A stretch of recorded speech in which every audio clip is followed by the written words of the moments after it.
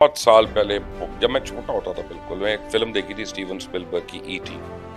तो उसमें जब वो एक्स्ट्रा टेरेस्ट्रियल है ना, वो कहता है ईटी गो होम, तो करोड़ों बच्चे दुनिया भर में ना रो पड़ते ईटी गो होम। लेकिन अगर आज डॉक्टर जाकिर नाइक कहेंगे कि Zakir goes home, trust me, a lot of people will be very happy and they'll have a sigh of relief. तो इतनी घटिया बात करनी नहीं चाहिए थी। जब वो हिंदुस्तान की कह रहे कि वो 100% में से पैसे नहीं लेते, यहाँ पर तो कानून सबके लिए बराबर है। फिर भी इसके बावजूद उसको कहा गया है कि आपको 50% डिस्काउंट मिलेगा। इसके बावजूद वो कह रहे हैं कि भाई ये पाकिस्तान वाले जो हैं, इंडिया वाले इससे 100 गुना ज़्यादा बेहतर हैं। अब जब टेढ़े सवाल हुए तो ये लड़खड़ा गए और इनकी जो झंझलाहट है और जो गुस्सा है और जो फ्रस्ट्रेशन है वो इसी वजह से है कि ये मेंटली प्रिपेयर्ड नहीं थे उन सवालों के लिए जो हमारे नौजवानों ने इनसे किए। तो मेरे ख्याल में अच्छा है ये कि ये इनका पोल खुल रहा है, लोगों को पता चल रहा है ये कौन थे, ये क्या हैं और किस किस्म के और किस कमाश के आदमी हैं। जय हिंद दोस्तों, वापस हाजिर हो चुके हैं एक नया तड़कता भड़कता धोती फाड़ रुमाल फाड़ सब हवा में उड़ा डालने वाला रिएक्शन वीडियो किनका, हमारे पड़ोसी पाकिस्तानियों का फिर से आज का टॉपिक है पाकिस्तानियों ने, वहाँ के मुल्लो लोगों ने छुचुंदर खा के फतवा जारी कर दिया है किसके ऊपर, वो जो पहले से ही एकदम बदमाश जो है जाकिर नाइक के ऊपर। अब इतने लोग खड़े, मुझे किसी कंट्री में 201 मुल्कों में किसी ने भी उसको स्टेट गैस आज एक दिन के लिए बुलाया, पाकिस्तान ने 30 दिन के लिए बुला लिया यार। पूरे सदर वाली स्टेट गैस का खर्चा हम मेरे पैसे, ये कौम के पैसों से उसको प्रोटोकॉल जा रहा है प्रोटोकॉल। और भाई मेरी बात सुनो, उसको क्यों बुलाया जब हमारे पास अपने मौलाना मुफ्ती मौजूद हैं, इतने उलमा मौजूद हैं, इतने मदरसे मौजूद हैं। आप लोग कर लो बात। इस टाइम पे कौन है बंदा? आप कन्वर्जन को अच्छा समझ रहे हो। डॉक्टर इसरार से बड़ा कौन है जिसने मुसलमान किया हो इस टाइम? डॉक्टर इसरार है। अच्छा, जो चला गया उसका मतलब है अच्छा बहुत हो गया काम दफन। इस वक्त सिर्फ इंडियन कौम सोग में नहीं है बल्कि पूरी दुनिया सोग में है, पूरी इंसानियत सोग में है, क्योंकि जितना उन्होंने इंसानियत के लिए कंट्रीब्यूट किया है और उनके जो पीछे फोर फादर्स थे वो भी कंट्रीब्यूट करते हैं। और आज तक का ये वर्ल्ड रिकॉर्ड है कि 102 बिलियन डॉलर, ये 1911 की मैं बात कर रहा हूँ, ठीक है, तब उन्होंने डोनेट किया था, जो कि आज का हाईएस्ट डोनेशन। मुस्लिम वर्ल्ड के लोग उसको बहुत बड़ा स्कॉलर मानते हैं क्योंकि वो हमेशा बातें ऐसा करते, कंपैरिजन करता है बहुत सारे धर्मों के ग्रंथ के हिसाब से, और उनका एक एक श्लोक जैसे गीता के साथ कुरान कंपेयर कर देगा, कुछ श्लोक यहाँ पूछवाएगा, कुछ अपना बताए, अपना ज्ञान देगा, यही सब करते रहता है। और इसके चक्कर में इसको इंडिया ने पहले बैन कर चुका है क्योंकि इसने एक बार क्या किया था, मनी लॉन्ड्रिंग के केस में इसके ऊपर बैन है और ये वहाँ से इंडिया से भाग के मलेशिया चले गया।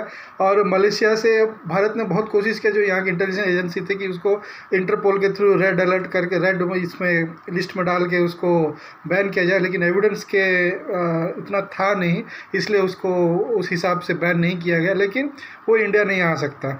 और पाकिस्तान, पहले तो मैं यही समझता था कि ये साला पाकिस्तानी है, लेकिन ये तो मुंबई का पैदाइश है, ठीक है। और इसने स्टार्टिंग शुरुआत बहुत अच्छी की थी कि एनजीओ वगैरह चला के मुसलमान बच्चों, गरीब बच्चों को इन्हें एड प्रोवाइड करना, बहुत कुछ इसने किया है।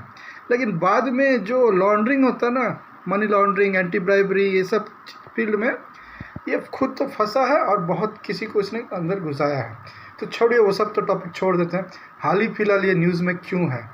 ये हाल ही फिलहाल इसलिए न्यूज़ में है, इसने एक न्यूज़ चैनल में एक क्वेश्चन आंसर आवर चल रहा था, उसमें इसने वीडियो आप देखिएगा, मैं उसको चलाऊंगा। उसमें इसने कहा है कि अगर कोई इंसान, कोई मर्द किसी औरत को देख रहा है कंटिन्यूस, अगर कुछ टाइम तक देखता है, 5 मिनट 10 मिनट, और इसके मतलब अंदर कोई फीलिंग ना जागे, इसका मतलब उस इंसान में कुछ प्रॉब्लम है। तो ये चीज़ पे पता नहीं पाकिस्तानी लोग क्यों बड़े गया रहे। उसने थोड़ा बहुत तो सेंस वाला बात किया ही है कि अगर कोई खूबसूरत औरत को आप देख रहे हो, कुछ तो फीलिंग होता है, या तो अच्छा फीलिंग हो, गलत फीलिंग तो होता है ना। अगर नहीं हो रहा है तो इसका मतलब कि आपका लेवल ही अलग है, या तो बहुत ही प्रचंड ब्रह्मचर्य वाला लेवल पे आ गए, या फिर आप मतलब आपको सांसारिक जीवन से कोई लेना देना है नहीं। उसने ठीक ही कहा है कि भाई कुछ तो प्रॉब्लम है, या तो मेंटल प्रॉब्लम है या तो मेडिकल प्रॉब्लम है। लेकिन पाकिस्तानियों का जो दिमाग है ना, मदरसा छाप लोगों को, उनका दिमाग कुछ अलग ही चलता है। उन्होंने इसको कुछ और सेंस में ले लिया। फतवा जारी, बैन, ये जला देंगे, वो कर देंगे, उसको मार देंगे। इनका भी रिएक्शंस देखिए, उसके बाद आगे बात करते हैं दोस्तों। और दोस्त को सपोर्ट कीजिए, लाइक कीजिए, शेयर कीजिए, सब्सक्राइब कीजिए। चैनल आपके लिए ही और आपके चलते ही चैनल ग्रो करेगा दोस्तों। मुझे उम्मीद है आप जरूर सपोर्ट करेंगे। पाकिस्तान इंटरनेशनल एयरलाइन के किसी बंदे ने अगर इस तरह से किया है तो यकीनन गलत किया। उनको भी देखना चाहिए कि एक और इतना बहुत बड़ा स्कॉलर है और पाकिस्तान के दौरे पे आया है और पाकिस्तान का मेहमान है, तो उनको इस तरह नहीं करना चाहिए था, गलत किया। बाकी यह है कि इंडिया के लोग अगर उनको पसंद करते हैं तो वो चूँकि इंडिया के रहने वाले हैं, इंडिया में उनका अपना मुल्क है, तो यकीनन ऐसा करते होंगे। अगर हमारे किसी बंदे ने ऐसा किया है तो यकीनन गलत किया। इसकी मिसाल अब्दुल सत्तार ईदी है, जिसे द रिचेस्ट पुअर मैन कहते हैं।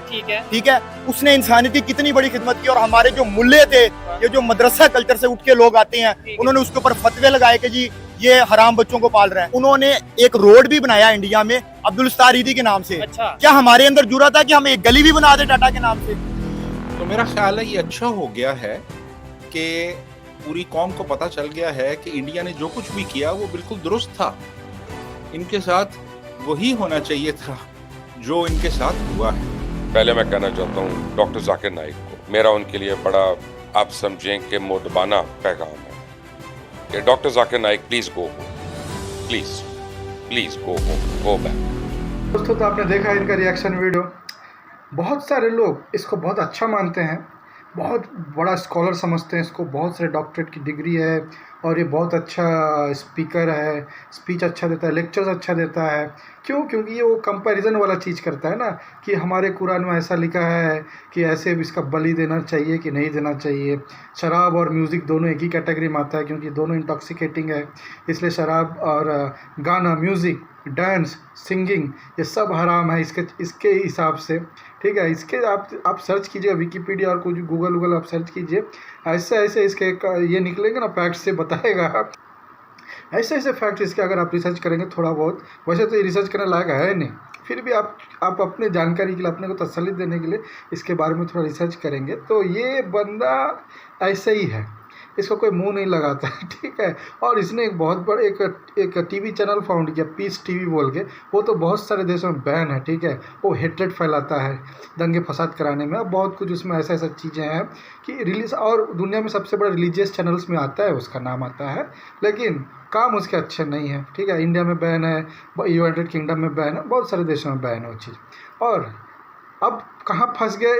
ये फंस गए पाकिस्तानी के चक्कर में। ना इनका ना किसी से लेना देना है ना कुछ है, ये पाकिस्तानी हर चीज़ में चौधरी बनते हैं, इसमें घुस गए, पता नहीं जाकिर नाइक का क्या होगा, अल्लाह ही मालिक है। दोस्तों, वीडियो अगर आपको अच्छा लगा तो लाइक कीजिए, शेयर कीजिए, सब्सक्राइब कीजिए। जय हिंद, जय भारत, वंदे मातरम।